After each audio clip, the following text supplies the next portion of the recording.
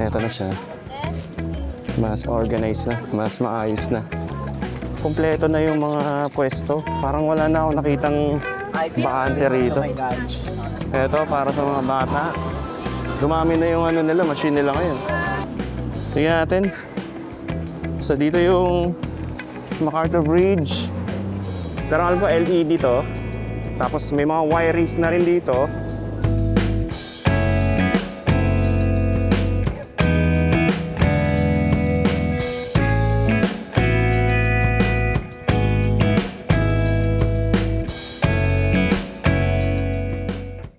Mag-aalas 5 na ng hapon. Nandito tayo ngayon sa Pasig River Esplanade.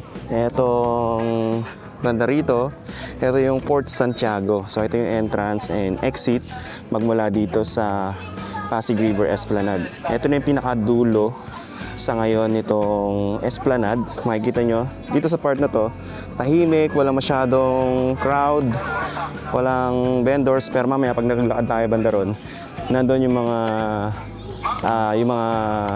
vendors, yung stall, yun, yung mga stall na nandun na may mga masasarap na pagkain na nakapwesto ron. So, ito yung Fort Santiago. Makikita nyo, maraming namamasyal dito. Tapos, ito na yung daan papunta rito sa Pasig River Esplanade. So, lakad tayo. Pakita ko lang yung banda ron. So, banda ron, dead end na. Pero balita natin is, i-continue pa rin yan eh. Sa ngayon, ano pa, naka-close pa siya. So dito, may bagong restroom. Ayan, dito sa may Esplanade. Ito, bago lang to. Maganda siya, naka pwesto na dun sa wall. Tapos siya, maraming mga nakatambay rito. Ang ganda ng view rito, no? Ayun, yung mga buildings, para kang nasa Hong Kong or Singapore. Yan. So lakad tayo. And dito mamaya medyo marami ng tao dito sa part na to. Maraming mga stall. Tapos marami tayong makikita rito na iba't ibang mga paninda. Ito na ngayon. Mas maganda na ngayon, mas organized na. Tsaka maayos na yung mga stall na nandito. Unlike before na mga tent. Diba, nung last na vlog natin, ano pa to? Mga tent pa yung mga nakapwesto rito. So ngayon, eto na siya. Mas organized na, mas maayos na. Tsaka mas madali na para sa mga may pwesto rito kasi isasara lang nila pag magka-close na sila. Yung pagka magbubukas na sila, yan, open lang nila tong mga stall nila rito. Ayan. Tapos dito naman, yung sa may side ng Binondo. Tingnan natin yung ilog. Ay, so far, malinis naman siya. Ayan, iba't iba yung mga mabibili nyo, hindi lang pagkain. Meron na rin mga souvenir para sa Valentine's. Ito, maganda yung mga ano dito. Maayos na. Parang yung mga ano, umbrella sa Starbucks. Ayan, ito na siya ngayon.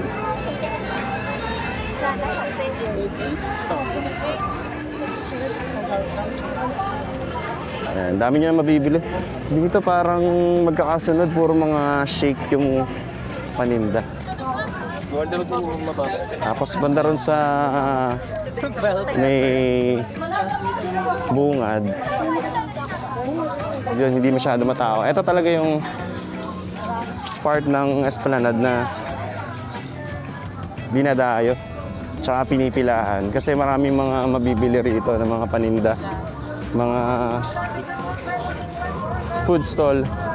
Same pa rin naman yung mga tinitinda rito. Ang pinagkaiba lang ay mas organized na ngayon, mas maayos na, mas malinis. Unlike dati kasi parang nung dati ano to, di ba? Pahaba to na mahabang tent. Parang ano lang siya, para siyang bazaar. Pero ngayon, ito, yung mga vendors na nandito, I think ano na, permanent na sila dyan. Yung mga pwesto nila. Daming mga ano yun. Gusto naman. Oh, pumipila rito. Maapoy-apoy pa, oh. Ano kaya? King of Street Food Pride. Yung shrimp ko ma'am, not available po siya. Maya-maya pa po siya ma'am. Choice ba? Magkano po dito? 3 for 100. Sarap yun. Doon banda sa may Arroceros Park, medyo tahimik doon. Walang masyadong tao. Parang ano doon, kung gusto nyong mamasyal na yung tahimik, walang masyadong crowd, yun yung part ng Esplanade na pwede yung tambayan. Dito may mga stall na rin, banda rito. Kanina. Tapos, makainis na rin. And then dito, may parking area. Ayan, banda dyan. Pakita lang sa inyo yung parking. Pwede kayo mag-park dito pagka pumunta kayo. Usually, dito kami nagpa-park pagka galing kami dito sa sa may Arten. Pero kung galing naman kayo doon sa may malapit sa may City Hall, doon na lang kayo mag-park sa may Manila Post Office Building, malapit. Ito, parking. Yan, diyan marami naka-park dyan. Pwede kayo mag-park. Okay, diretso tayo. Marami mabibili rito, mga souvenirs. Yan, no? Tapos meron ding flowers. Tignan naman natin yung sa may phase 2. Itong Esplanade. Tapos may dinagdag sila dito sa landscape. Hindi ko lang alam kung bago lang to or hindi ko lang napansin last year nung nag-vlog tayo rito. Pero sa tingin ko parang bago lang to. Itong landscaping na to. Ayan,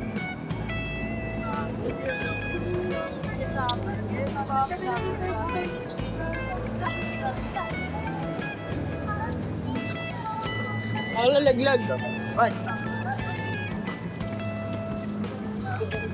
Ito na yung ibaba ng Binondo Intramuros Bridge. Parang nabawasan yung vendors dito. Nawala yung mga ihaw-ihaw banda rito. Yung mga nakapwesto. Binawasan nila. Dati dito may mga nakapwesto rito eh. May mga ano pa nga dito dati.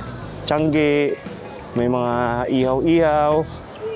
Ngayon tinanggal na. Para siguro mas maluwag. Dalawa na lang yung natirang dito. Stall.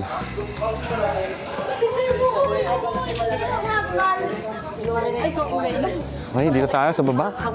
Ito yung view deck sa taas.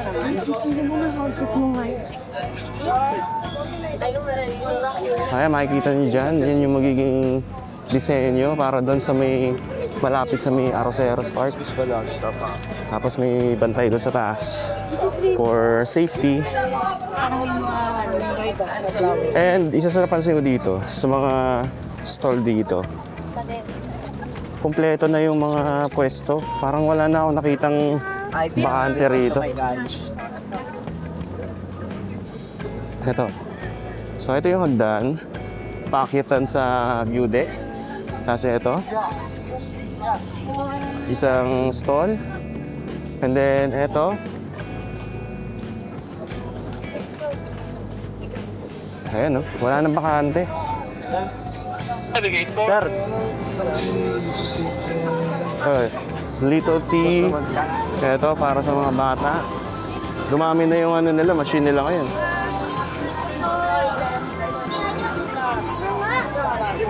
Tapos, ito, photo booth.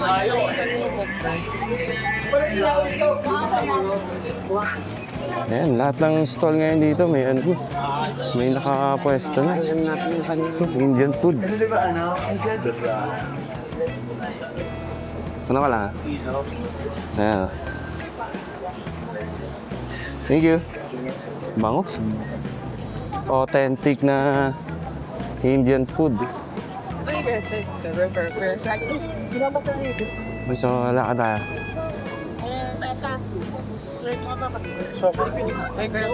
So, dito may ano. Pwesto. Kompleto na. Tapos dito yung CR. Ito yung... Uy, may mga washroom na rin sila rito. Ito yung para sa female. Lalo sa female, mahaba yung pila. No? Dito sa male, walang pila. Magbabayad kayo ng 10 pesos para sa CR. Tapos dito, medyo nagbago na rin. Nag-iba na rin ng konti. Ayan. Parang ano, mas organized na siya ngayon. Unlike nung dati. Mas maayos na. Tsaka maganda pag ganito na hindi masyadong crowded. Talagang ano, ramdam mo yung presko ng river.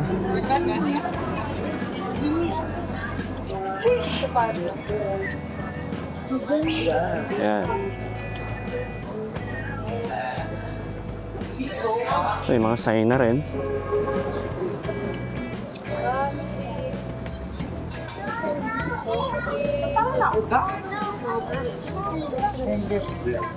Ito. Waffles and coffee.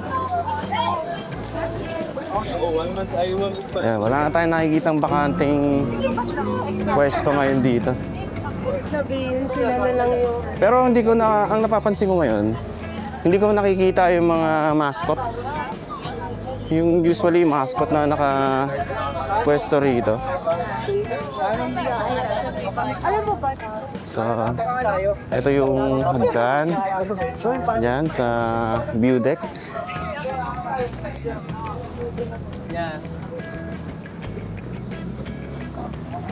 And then, ito yung exit.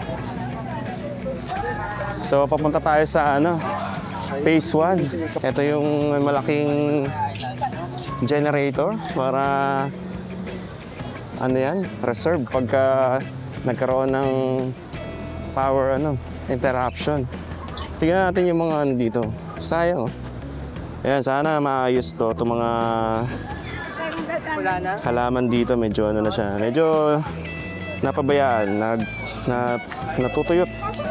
Ito, yung mga halaman dito. Tsaka yung halaman dito. Ayan oh. Sayang, ganda pa naman nito. Santan na ano, na mga halaman. Tapos yung mga halaman din dito. Okay, so lakad tayo. Diretso tayo hanggang dun sa papuntang Arroceros. Wala yung mga dito. Yung usually na nakikita natin na nakatayo dito na yung naka-costume na nananakot. Ito yung halaman dito. Eh, sana maayos itong mga to. Tawag mo, kakababa ko lang. Ako na tayo, kuya. Ito naman yung Jones Bridge. Yan, patawid yan sa may Binondo. Lakad tayo.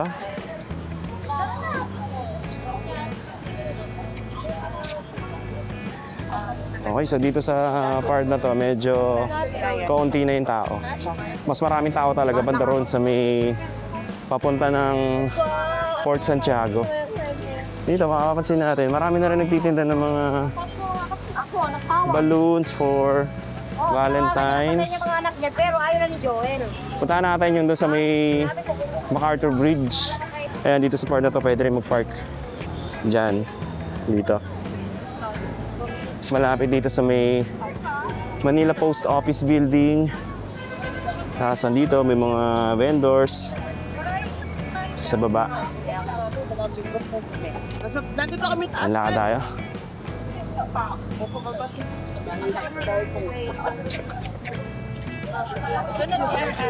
Dito binuksan na nila. Hindi ko sure kung pwede na dumaan dito sa baba. Pero parang pwede yata. Kung dito kayo dadaan, tignan natin kung makakadaan na doon sa ilalim ng MacArthur Bridge or bawal pa siguro. Pero dito meron silang mga bagong gawang ano dito, stall na ibang kulay. Baka maglalagay rin sila ng mga stall dito. Ayun, oh. Kulay ano, cream. Marami to, hanggang doon sa dulo. Sa kaya nila ipapwesto to. Kung dito naman, parang masikip naman kung dito na ilalagay. Or baka dun sa ano, sa malapit dun sa may Arroceros. So dito walang nilagay ng mga stall. Nung last time na nag-vlog tayo rito, nung December, may mga tent na dito na nakapwesto. Kaya pinapagaanan na yung fountain. Ano sa ba? 5 pa lang, 5:12 p.m.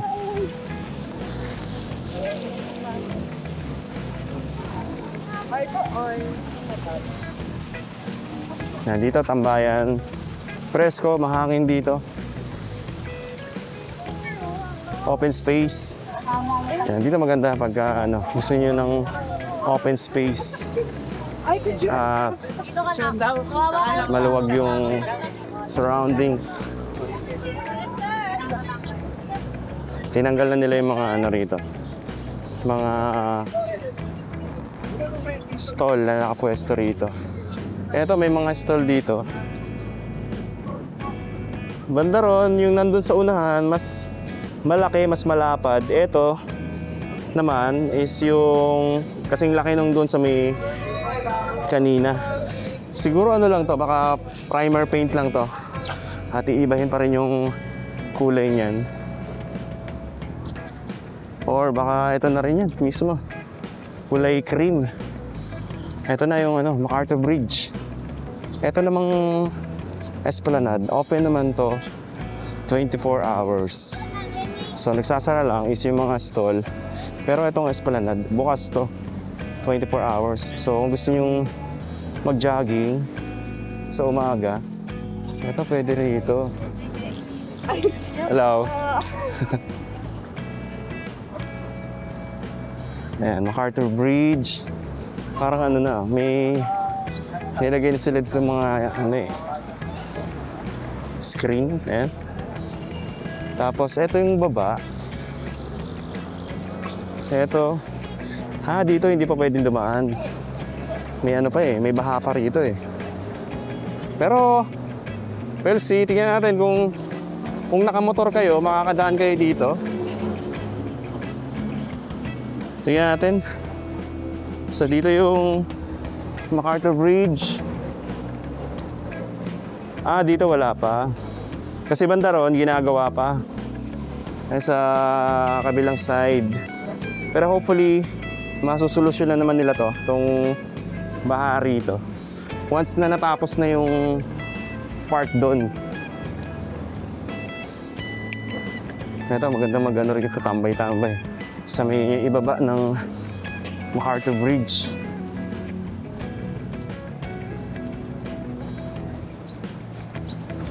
Tingnan natin kung ano yung nila ginawa dito sa MacArthur Bridge. Ayan, makikita nyo may mga LED na rito. Ito, LED. Hindi ko alam kung anong tawag dito. Pero alam ko LED to. Tapos may mga wirings na rin dito na ready na. Paiilawin na raw nila to sa Wednesday. So nandito yung mga switch, fuse. Ito, nakita natin may gumagawa pa rito. Ayan. Ayan sila sir. So ito yung wirings nila. Tapos dito, ito mga LED lights na rin to. So makikita natin to Wednesday ng gabi daw, paiilawin.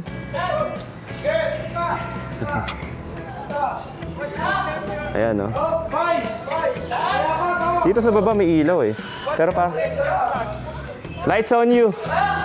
Lights on you! Lights, ilaw.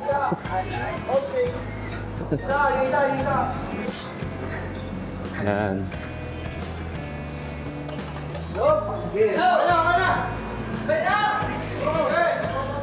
So, lakad tayo ron, dito. Ito na yung plaza na gagawin. Nandito, may mga stall dito. Ayun, no? So, dito, sa baba, naayos pa nila. Pero ganito yung magiging itsura niyan once na natapos na. Ayan, ganda, no? Tsaka to, katabi lang siya ng Loton station. Eto, medyo malaki to. Tingin ko sa mga stall dito, mas malaki siya. Mas malapad. Eto. Kumpara dun sa ano, tingin ko lang, parang mas malapad na kaunti ito. Sa mga stall dito. Yung iba doon, mas maliit. Iba yung design niya eh, no? So, ito yung LRT. Sa baba ng LRT, yan. Ganda, oh.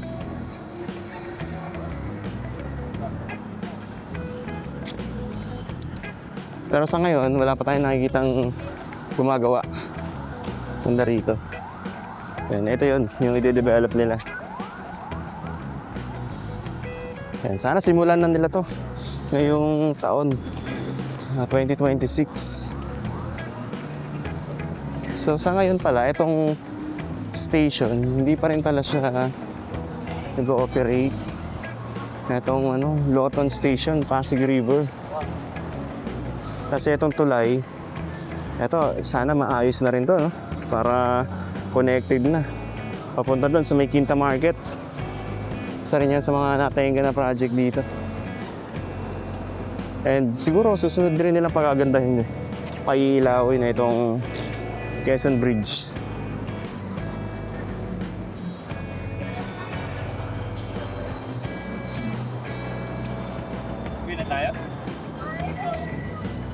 So dito yung sa may Arroceros Park.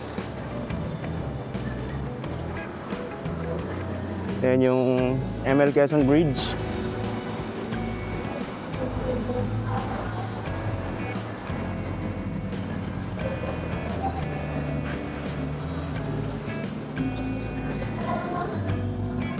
So dito sa part na to, sarado muna yung daanan. Papunta dito sa Arroceros Park. Ang daan, banda ron, sa dulo, yung hagdanan.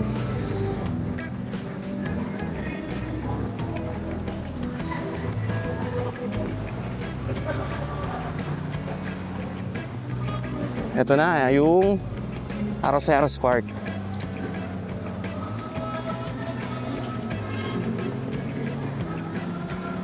Alright, maraming salamat. Ito na yung pinaka-latest update natin dito sa Pasig River Esplanade. February 1, 2026. Maraming salamat sa pagsama sa akin and magkita-kita po ulit tayo sa mga susunod na update. Thank you so much and God bless po sa inyo lahat.